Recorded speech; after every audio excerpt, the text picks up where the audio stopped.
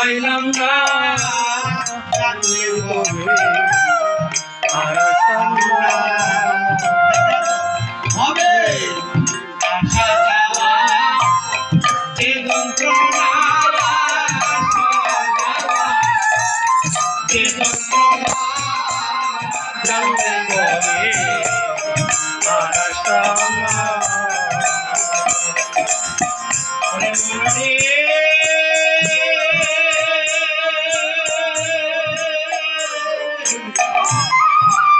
করে বদলে মনে রে মাখালের ফল দেখতে বাইরে লাল কার ভিতর কালো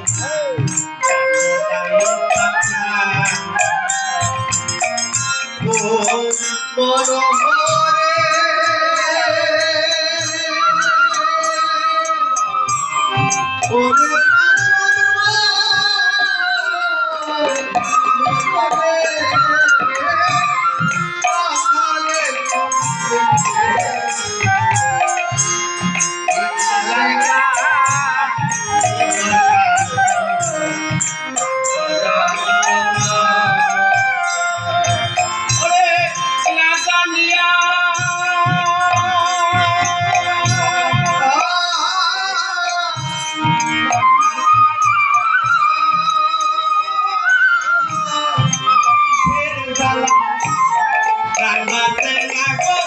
কিসের জ্বালা প্রাণ বাজে না জানলে হবে আর সামনা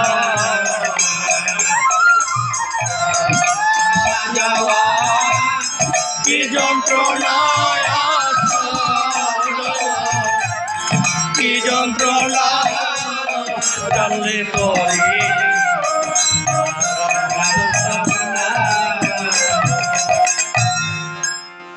এই গান সারা রাত ঘুরে গাইলাম কিন্তু গানের তত্ত্বটা কোনোদিন হৃদয়ঙ্গম করলাম না যে ভবে আসা যাওয়া যেই যন্ত্রণা জানলে ভবে আর আসতাম তাহলে এই আসা এবং যাওয়ার যন্ত্রণাটা কি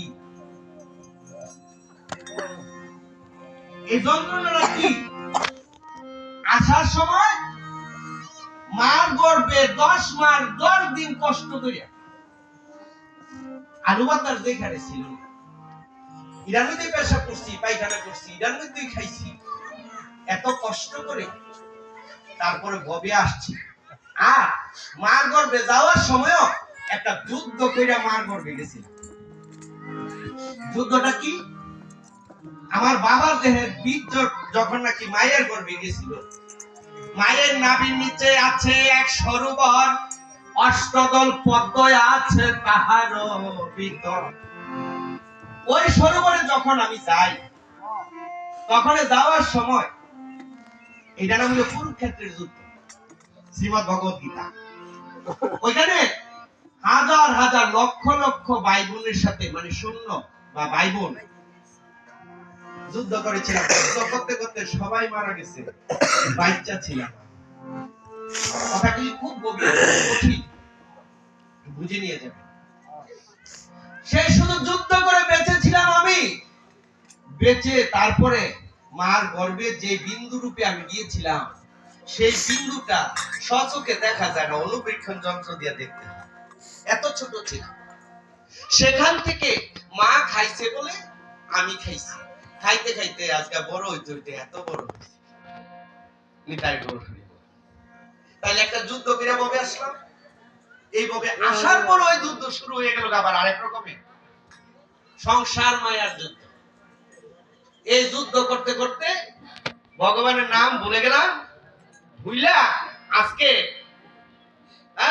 মহা মহা পাপে লিপ্ত হয়ে গেলাম বাড়ি করলাম সংসার করলাম ছেলে মেয়ে পাইলাম সবকিছুর মধ্যে আমার কিছু মিথ্যা কিছু ভুল কিছু জানা অজানা পাপ সবকিছুই মিশ্রিত আছে থাকতে থাকতে আজকে মরণের সময় হয়ে যাচ্ছে কারণ কিন্তু আমার জীবনের জন্য আমি কি নিয়ে গেলাম আমার জীবনের জন্য আমি কি নিয়ে গেলাম? তাহলে এই যে দীক্ষাটা পেলাম, এই দীক্ষাটাই হলো আপনার জীবনের মূল বস্তু। এই জন্য গুরুদেব বলছে, বাবা তোরে দীক্ষা দিলাম, 3 বার সন্ধ্যা করবি। কয়বার সন্ধ্যা দিছি আপনাদেরকে? 3 বার। 5 বারও দিল না, 5 বারও দিল না, 2 বারও দিল না, দিল 3 বার। তার কারণ কি?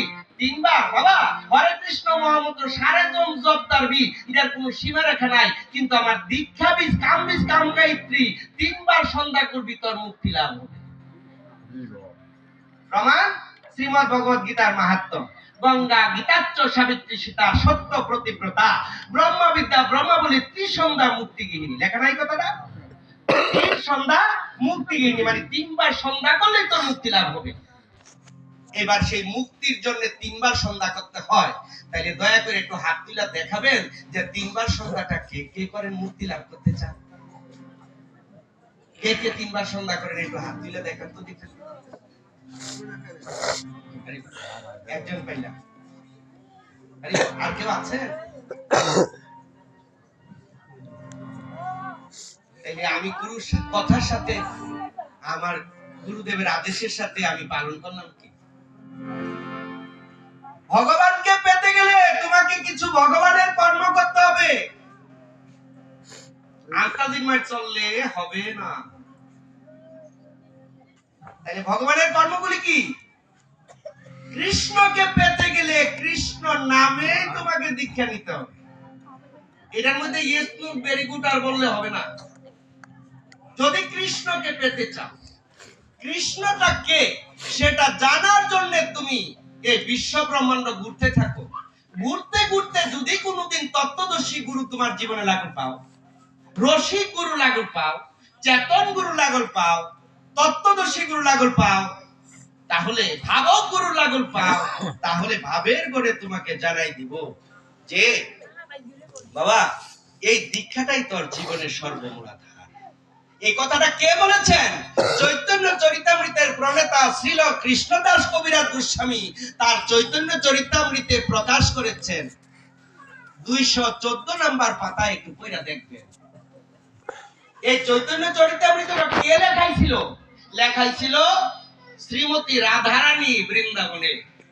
তিনি বলছেন, আমি তোমাকে কৃপা করি, আমি তোমাকে যা উপদেশ করব আমি লেখাবো, তুমি শুধু কলমটা ধরে তুমি শুধু সাক্ষী গোপালের মতো তুমি একজন হও, তুমি উপলক্ষ। কিন্তু বলেছিল কে? কৃষ্ণদাস কবিরাজ বলছিল যে আমার 86 বছর বয়স, আমি বৃদ্ধ, আমি হাত কাঁপে, আমার কলম ধরবো কিভাবে আর লেখবই বা কিভাবে? এই জন্য রাধা মাধবের বৃন্দাবনে সকল বৈষ্ণবরা যখন তার উপর ভার দিলেন, তুমি কৃষ্ণদাস ওই লেখার অধিকার, তখন কৃষ্ণদাস দৌড়ে গিয়া যুগল রাধা কৃষ্ণের যুগল মূর্তি বৃন্দাবনে তার কাছে গেলেন। এখানে পূজারী পূজা দিচ্ছেন। হঠাৎ করে তিনি যখন প্রণাম দিয়া চোখের জল দিয়া বলছে, রে গোপীনাথ, তোমার এই অমৃত লীলা আমি কি লিখবো, আমি কি জানি।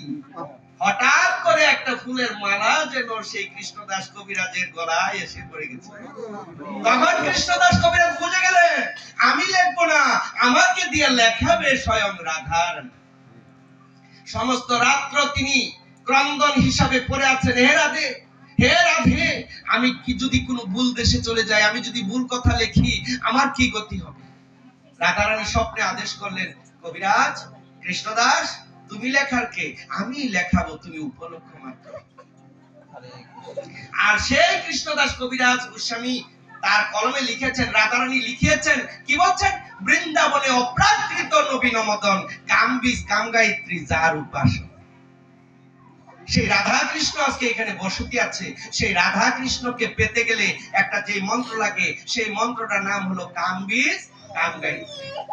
এই কামবীজ কামগায়ত্রী যদি পেতে চান, তাহলে আপনার গুরুর কাছে জিজ্ঞাসা করেন যে বাবা আমার মন্ত্রটার ভিতরে কামবীজ কামগায়ত্রী আছে তো? যে দীক্ষাটা আপনি আমাকে দিয়েছেন, রাধারানী যে কৃপা করে আদেশ করেছেন, চৈতন্য চরিতামৃতে যা লেখা আছে তার মধ্যে এই মন্ত্রটা লেখা আছে তো বাবা? আপনি যে আমার কর্মমূলে দিয়েছেন, তখন দেখবেন গুরুদেবের গাইমা যাইব গা। গুরুদেব গাইমা যাইব গা, কি দিলাম রে, আমি নিজে দিতে পাইলাম না, তারে দিব। 10 হাত ছুঁই, অনেকে কয় 10 হাত ছুঁই, হ্যাঁ জপতে জপতে একদিন 10 হাত মারে পাওয়া যায়। এটা বানানো গল্প, এটি কোনো প্রমাণ নাই, কোনো দলিল নাই। এই বাড়িটা যে যার, তার যদি দলিল না থাকে, পর্সা না থাকে, সিএসআর না থাকে, তাহলে বাড়িটা তার নিজের জীবনও বলতে পারবে না। যার নামে আছে সে টাকাটা উঠাই দিলে যাওয়া গেল। আর আপনি যে কথাটা বলছেন, যে নামটা পাইছেন, এটা যদি গ্রন্থের মধ্যে কোনো প্রমাণ না থাকে, কোন গ্রন্থের কত অধ্যায় কত পাতায় আছে, তাইলে আপনার মন্ত্রের মধ্যে ভুল আছে। আগে সিদ্ধান্ত ঠিক করুন, গুরুর কাছে জিজ্ঞাসা করুন।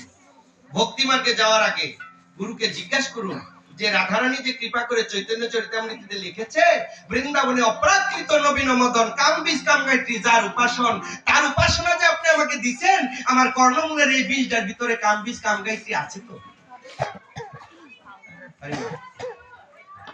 তখনই দেখবেন ফেসে গেল। তাহলে এই বীজের ভিতরেও সবকিছু আছে।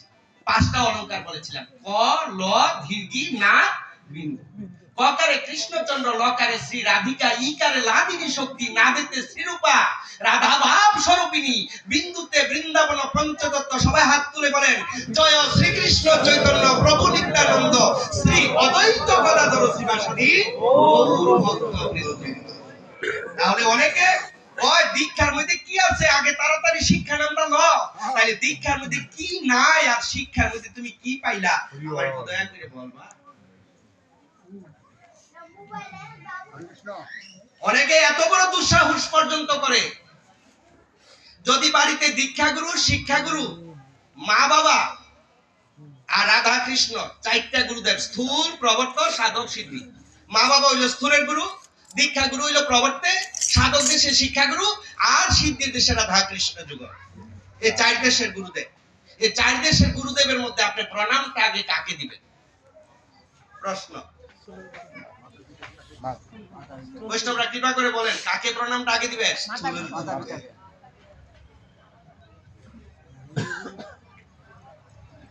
মাস্টার সাহেব, প্রণামটা কাকে দিবেন?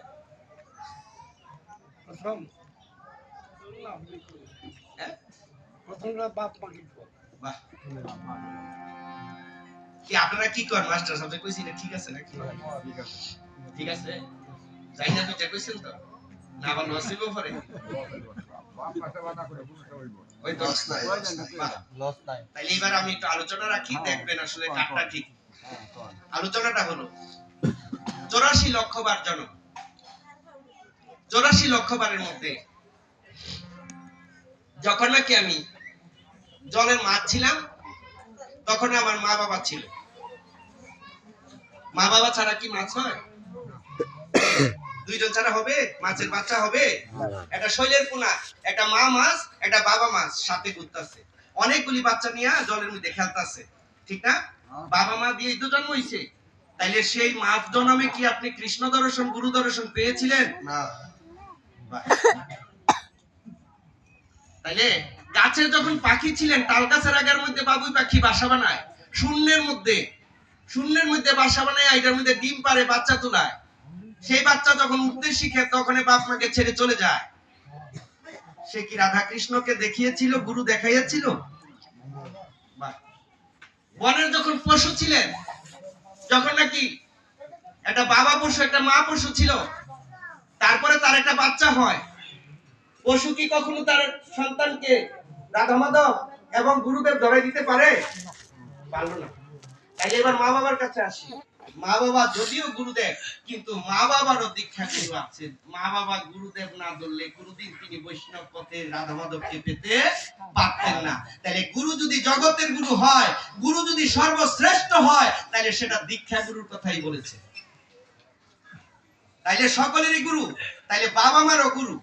এখানে যদি দীক্ষা গুরু বসা থাকে, সে আপনার বাবা মারও গুরু। তাইলে আগে প্রণামটা এবার কার হবে? দীক্ষা গুরুর হবে। দীক্ষা গুরু প্রণাম হবে আগে, তারপরে বাবা মার কাছে যেতে পারবে।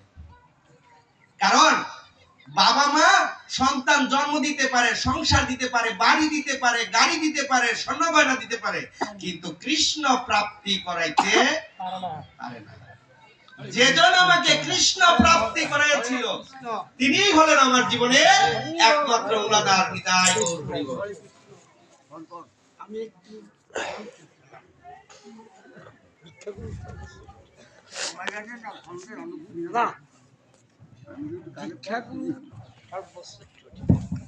দীক্ষাগুরু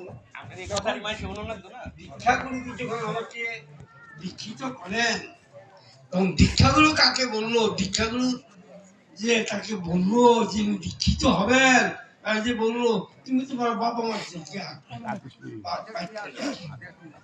দীক্ষাগুরু কাকে বললেন? বাবা মার থেকে তো বাবা মা বড় নয়?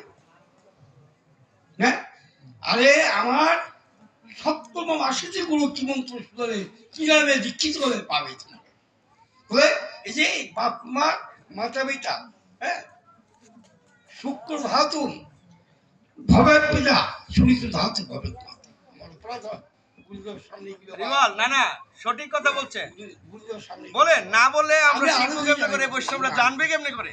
তবে শুক্র ধাতু ভবের পিতা সুনিত ধাতু ভবের মাতা। এই যে পিতামাতার সংযম যে একটা বিন্দু থেকে যে একটা জীবের সৃষ্টি হয়েছে, যে সপ্তম মাসে যে সে দীক্ষিত হবো মাত্র, ওই যে কথা বলেছিল কি বলেছিল,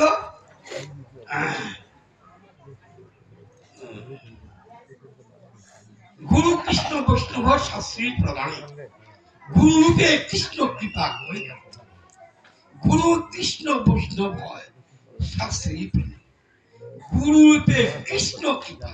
কৃপাটা কে করলো? কৃষ্ণ করলো। কি রূপে? গুরু রূপে। কৃপা লেখা কৃষ্ণের কথা, শাস্ত্র শেখাতে হবে, এটাকে স্বীকার করতে হবে। দেখ অপরাধ মার্জনীয়, আমি আর বেশি যাক আমার বৈষ্ণব, আজকে আমাদের পরম ভাগ্য যে এই শীতের রজনীতে আমরা এমন পরম বৈষ্ণবকে পেয়েছি। এমন বয়স্ক বৈষ্ণব পাওয়াটা অনেক সময় আমাদের দুষ্কর, হরি বল। কিন্তু তাদের কাছ থেকে আমরা অনেক কিছু শিখবো, ওনাদের জ্ঞান আমরা নিজের আয়ত্ত করব। কিন্তু মনে রাখবেন যে আমরা যে মা বাবাকে পেয়েছি, তাইলে মা বাবার জন্মটা কোত্থেকে হয়েছে? এরপরে না বাবার দেহের থেকে আমি মার দেহে গেলাম। বাবা মার জন্মটা কোত্থেকে হয়েছে? সেটা হইলো পঞ্চতত্ত্বের থেকে হয়েছে। মা বাবার পঞ্চতত্ত্ব কি? যে খাবারটা মা বাবার বাপ মায় খাইছিল সেটা হইলো মূলা খাইছে, সিম খাইছে, লাউ খাইছে, মাছ খাইছে, মাংস খাইছে, সবটির মধ্যে পঞ্চতত্ত্ব দ্বারা সবই তৈরি হয়েছে। খাইলে পঞ্চতত্ত্ব, দেহের মধ্যে তৈরি হয় পঞ্চতত্ত্ব। তাইলে যে মা বাবা তৈরি হয়েছে তার দেহটাও কিন্তু কৃষ্ণ তত্ত্ব দিয়েই তৈরি। কিন্তু